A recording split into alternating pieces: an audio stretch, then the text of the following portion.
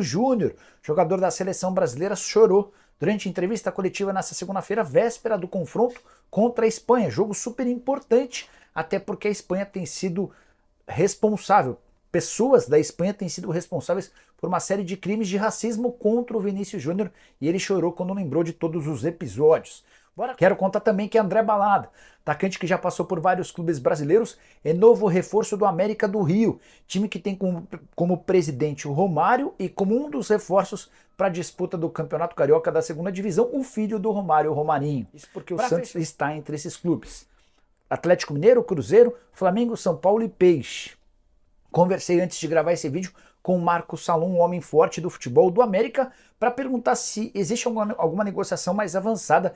E o Salom respondeu, abre aspas, não recebi ligação de ninguém e a ideia é que ele não saia, fecha aspas. O América, inclusive, está acertando os últimos detalhes para a prorrogação do contrato do Matheus Henrique. O vínculo atual termina em 2025 e será estendido até 2027, com aumento salarial, aumento também da multa rescisória.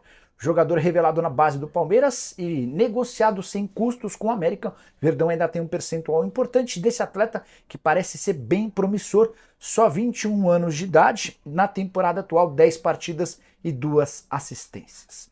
Quero falar agora sobre o novo executivo de futebol do Vasco. De acordo com o repórter Joel Silva, que cobre o dia a dia do Cruz Maltino, substituto de Alexandre Matos pode vir do interior do estado de São Paulo, entre os clubes que disputam o Paulistão. Importante contar que nesse perfil eu separei alguns nomes daqueles com mais destaque. Aquele com maior currículo é o Juninho Paulista, que já foi inclusive jogador do Vasco. Ele também passou recentemente pela seleção brasileira, trabalhando como uma espécie de diretor de seleções na era Tite. Assim que o Tite caiu, ele também foi dispensado e voltou para o Ituano, onde é um dos acionistas. Lucas Andrino, que já foi cotado para trabalhar no Corinthians no início dessa temporada e faz bom trabalho há algum tempo no São Bernardo, seria outra alternativa. Um terceiro nome que eu quero contar para vocês é de Michel Alves. Trabalha no Novo Horizontino, é tratado como um dos caras que tem despontado nesse segmento de diretor esportivo de futebol. Novo Horizontino que quase subiu para a Série A do Campeonato Brasileiro na temporada passada e é um dos semifinalistas do Campeonato Paulista depois de eliminar o São Paulo. Palmeiras e Novo Horizontino se enfrentam nessa quinta-feira pelo Paulistão. O interior ainda conta com o Paulo Pelaipe, que já foi executivo de futebol do Vasco.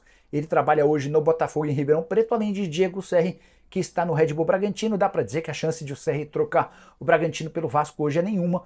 O Serri está super ambientado e feliz no Bragantino, com condição extremamente boa por conta da Red Bull.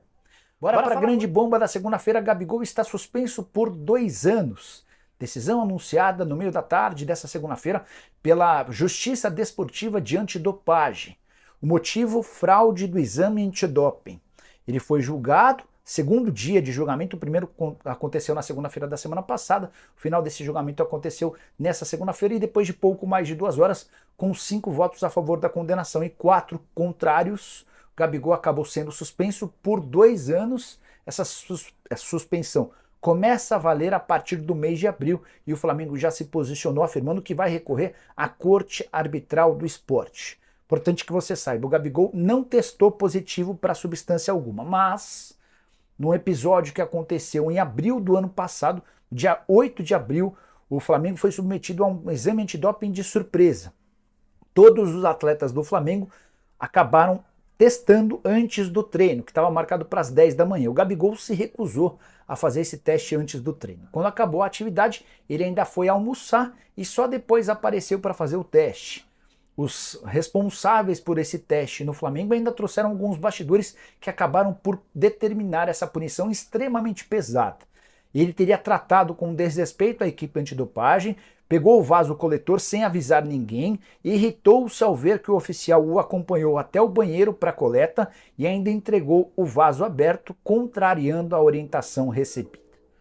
É muito claro que o Gabigol fez uma atitude absolutamente equivocada. Ele não pode agir dessa maneira. Mas, para mim, 2 anos de suspensão para alguém que testou negativo, embora tenha tido esse comportamento absolutamente irresponsável e antiprofissional, é algo que não cabe. Jogadores que testam positivo pegam 1 ano, no máximo 2 anos de suspensão.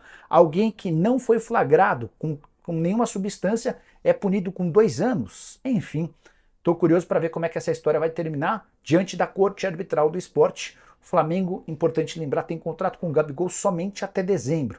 E caso o Gabigol não consiga reverter essa pena, ele vai ter cerca de 1 ano e meio de suspensão, desempregado. Situação bem delicada. Bora lá.